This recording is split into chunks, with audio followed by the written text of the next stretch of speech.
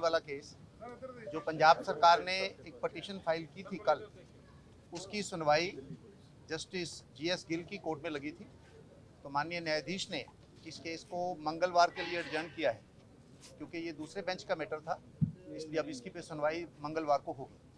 कल हम लोगों ने, दिल्ली पुलिस ने सर्च वारंट दिल्ली कोर्ट का मिलने के बाद श्री तेजिंदर बग्गा जी को पीपली के पास से अपनी कस्टडी में लिया था। जो आदेश था कोर्ट का कि वो जहाँ भी हैं उनको सर्च करके कोर्ट में प्रोड्यूस किया जाए।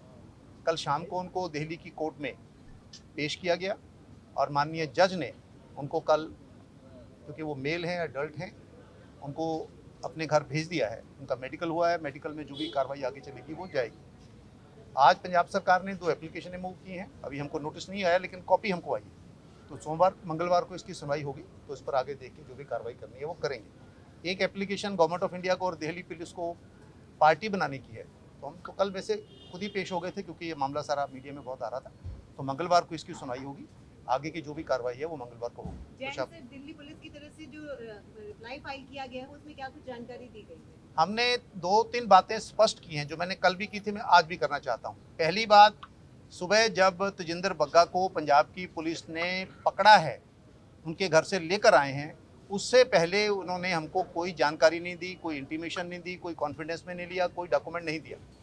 उनको लेने के बाद जब कस्टडी में ले लिया पंजाब पुलिस ने, या जो भी लोग थे वो सफ़ेद कपड़ों में थे, 2-3 गाड़ियाँ थी, बहुत सारे लोग थे, तो उसके बाद उनके पिताजी ने एक FIR लॉन्च किया। FIR लॉन्च हुआ कि मेरे बेटे को कुछ लोग पकड़ कर ले गए हैं, उसकी जान को खतरा है। हमने उसके लिए फ्लैश किया सबको कि ये व्यक्ति जहाँ भी हो तो देखा जाए कि इसकी कोई जान का खतरा ना हो, क्योंकि तेजिंदर बग्गा के पिता ने कहा था कि मेरे बेटे की जान को खतरा है, मेरी जान को भी खतरा है। जब फिर वो अपनी कस्टडी में, हमने कोर्ट से रिक्वेस्ट की, कोर्ट ने सर्च वारंट इशू किया। कानून के अनुसार अगर कोई आदमी किडनैप हो जाता है तो पुलिस को सर्च वारंट इशू होता है कि अब जहाँ भी ये व्यक्ति मिले आप उसको ढूंढकर कोर्ट में पेश करें। तो हमने वो सर्च वारंट एग्जीक्यूट किया, एग्जीक्यूट करके उसको अपनी कस्टडी में लेकर जाके कोर्ट में प्रोड्यूस किया। कोर्ट ने उनको घर जाने के लिए परमिशन दे दी, वो घर चले गए हैं, उनको वहाँ सिक्योरिटी दिल्ली पुलिस ने दी होगी। हमें पंजाब पुलिस ने, मैं बार बार ये बात कह रहा हूँ, कोई इंटीमेशन, कोई जानकारी इस केस के गिरफ्तारी के बारे नहीं दी। गिरफ्तारी के बाद कुछ लोग ने जाकर वहाँ बताया कि हम उसको गिरफ्तार करके ले गए हैं, which is illegal in the eyes of law. वो प्लेन क्लॉथ में थे, वो सारी बातें बाद में हमारे सामने आएंगी। पर हमारी तरफ से पंजाब पुलिस ने जो कार्रवाई की वो पूरी तरह कानून की खिलाफ वर्जी में थी। दिल्ली पुलिस ने जो भी कार्रवाई की है वो सुप्रीम कोर्ट की जजमेंट, हाई कोर्ट की जजमेंट, पूर्णतः 101% कानून के अनुसार हमने कार्रवाई की है। और आज जैसे जो सर्च वारंट दिल्ली से लिया गया अदालत से, ये कहा जा रहा है कि वहाँ पर ये नहीं बताया गया कि बग्गा पंजाब पुलिस का न्यूज़ है। हमें देखिए, हमारे पास बग्गा के पिताजी ने FIR लॉन्च कराई कि कुछ लोग आए थे, अनजान लोग आए थे और मेरे बेटे को 5-7 मिनट में घर से पकड़ के ले गए, मेरी मार पिटाई की, मेरे साथ ही व्यवहार किया।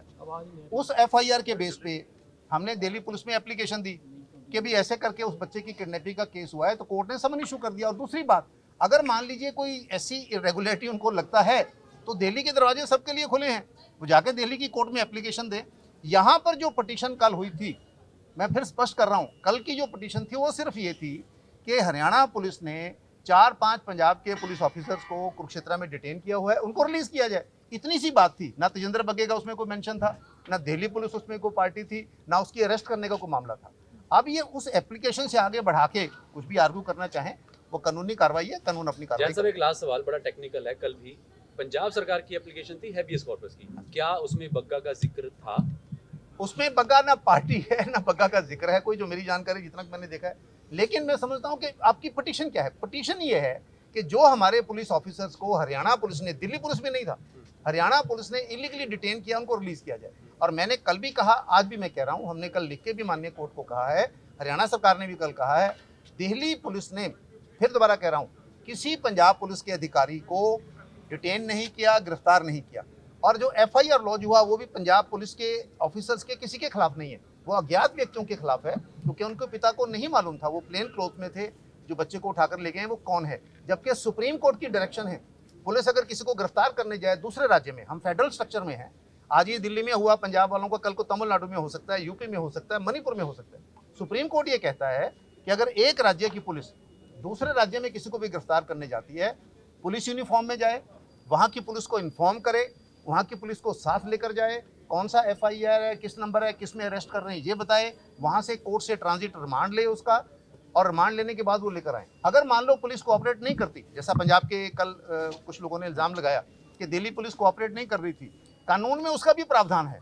उसके लिए फिर आपको, जैसे हम सर्च वारंट के लिए कोर्ट में गए हैं, उनको एक एप्लीकेशन कोर्ट में देनी होती है, कैसे करके हम इसको गिरफ्तार करना चाहते हैं, आपके एरिया में रह रहा है, पुलिस कोऑपरेट नहीं कर रही, हमें उसको अरेस्ट करने की, अपनी कस्टडी में लेने की और ट्रांजिट हमको परमिशन दी जाए।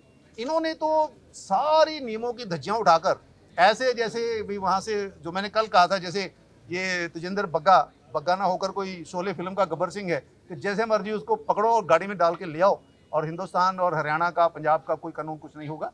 कल हमने कानून के अनुसार कार्रवाई की है, पंजाब सरकार ने कानून की उल्लंघना की। लास्ट सवाल, जैन साहब, अब मंगलवार को क्या होगा? मंगलवार को आगे सुनवाई होगी। हमारे मुताबिक तो वो पिटीशन इनफेक्चुअस हो गई है। पिटीशन ये थी कि इनको रिलीज करो, वो डिटेन में थे ही नहीं, वो रिलीज हो गए, और मेरी जानकारी है वो सारे अपने अपने घर को चले गए हैं। इसलिए उस कायदे से लगते नहीं। जो आज 2 एप्लीकेशन ये मूव कर रहे हैं, वो जब नोटिस आएगा तो उसका हम जवाब देंगे। दिल्ली कोर्ट की जो CCTV फुटेज है, हमें कोई दिक्कत नहीं है, जब भी जो भी देखना चाहे जाके देख लें वहाँ। लेकिन दिल्ली कोर्ट में, दिल्ली के डिस्ट्रिक्ट पुलिस स्टेशन में या जगह पर जो CCTV कैमरे हैं, उनके संबंध में जो भी आदेश देना दिल्ली में जाए। जिस कोर्ट में हमने बग्गा को पेश किया उस कोर्ट में एप्लीकेशन दें, डिस्ट्रिक्ट कोर्ट में दिल्ली में दें। अगर वो किसी आदमी को पकड़ने के लिए गैर कानूनी तरीके से दिल्ली जा सकते हैं, तो कानूनी तरीके से अदालत में जाने से उनको कौन रोकता है? सारी पूरी टीम है, वो करें वहाँ। दिल्ली पुलिस ने पंजाब पुलिस कर्मियों पर भी मामला दर्ज किया है, उसमें कई नॉन वेलेबल धाराएं जो है वो लगाई गई हैं। क्या दिल्ली पुलिस उन पुलिस कर्मियों पर कोई कार्रवाई करेगी? मैं फिर कह रहा हूँ, फिर दोबारा सुन लीजिए, मैंने पहले भी कहा, दिल्ली पुलिस ने पंजाब पुलिस के किसी ऑफिसर के खिलाफ, पुलिस ऑफिसर के खिलाफ किसी धारा में कोई केस दर्ज नहीं किया है। जो FIR लॉन्च हुआ है वो अज्ञात व्यक्तियों के खिलाफ, उसमें कोई नेम नहीं है। अज्ञात व्यक्तियों के खिलाफ FIR दर्ज हुआ है, बरामदगी किनसे हुई है, उनके खिलाफ कार्रवाई होगी। हमने उनको कल दोपहर को 3 बजे लिया, दिल्ली ले गए, रात को 10:30-11 बजे उसको रिलीज किया है। आगे की जो कार्रवाई है वो दिल्ली में होगी।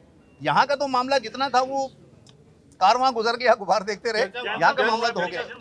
ਕਰਨ ਦੀ ਗੱਲ ਕੀਤੀ ਹੈ, ਤੁਸੀਂ ਕਿਹਾ ਕਿ ਪੰਜਾਬ ਸਰਕਾਰ ਨੇ 2 ਐਪਲੀਕੇਸ਼ਨਾਂ ਦੀ ਗੱਲ ਕੀਤੀ ਹੈ। ਪਹਿਲੀ ਜਿਹੜੀ ਪਾਰਟੀ ਬਣਾਈ ਜਾਵੇ ਦਿੱਲੀ ਸਰਕਾਰ ਅਤੇ ਕੇਂਦਰ ਸਰਕਾਰ ਨੂੰ, दूसरी एप्लीकेशन ਦੇ ਵਿੱਚ दूसरी उन्होंने कहा कि जी CCTV के जो कैमरे हैं कुरुक्षेत्र वाले और दिल्ली वाले भी, वो प्रिजर्व किए जाए। ये कहा। अभी तो उन्होंने हमको कॉपी भेजी है, कोर्ट में फाइल होगी, नोटिस आएगा, हम अपना जवाब देंगे उसको, जो भी देना होगा। पर हमारे पास छुपाने के लिए कुछ नहीं है, क्रिस्टल क्लियर है दिल्ली पुलिस का कंडक्ट सबके सामने है। कोई भी किसी किस्म की ऐसी बात नहीं है कि भी जाकर, हम भी बग्गा को ऐसा नहीं कि वहाँ से गाड़ी से उतार के और खींच के ले गए।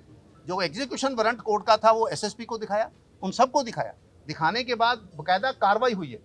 सारी कार्रवाई होने के बाद वो लेकर गए हैं और जज साहब ने ऑर्डर किया।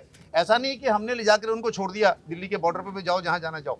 कचहरी में लेकर गए और जज ने लगभग 11 बजे के आसपास, रात को 10:30-11 बजे उनके घर पेश किया। पेश करने के बाद जज साहब ने बाकायदा ऑर्डर पास किया है और उस आदमी को घर जाने दिया। उसका मेडिकल भी हुआ है, जिसमें उस पर मेडिकल पे थोड़े बहुत चोटों के निशान कहीं कहीं आए हैं, पर वो अलग विषय है, वो यहाँ का विषय नहीं है, वो दिल्ली में मामला चलेगा। आपके अकॉर्डिंग जैन साहब इनफेक्चुअस होगी petition according to Delhi police, लेकिन पंजाब का इस पर क्या रुख है? नहीं, पंजाब वाले तो आज भी, अब पता नहीं वो उनके कोई वकील आए थे, बाई चांस आज सुनाई हो नहीं पाई। पंजाब का क्या रुख है वो तो मंगलवार को पता लगेगा।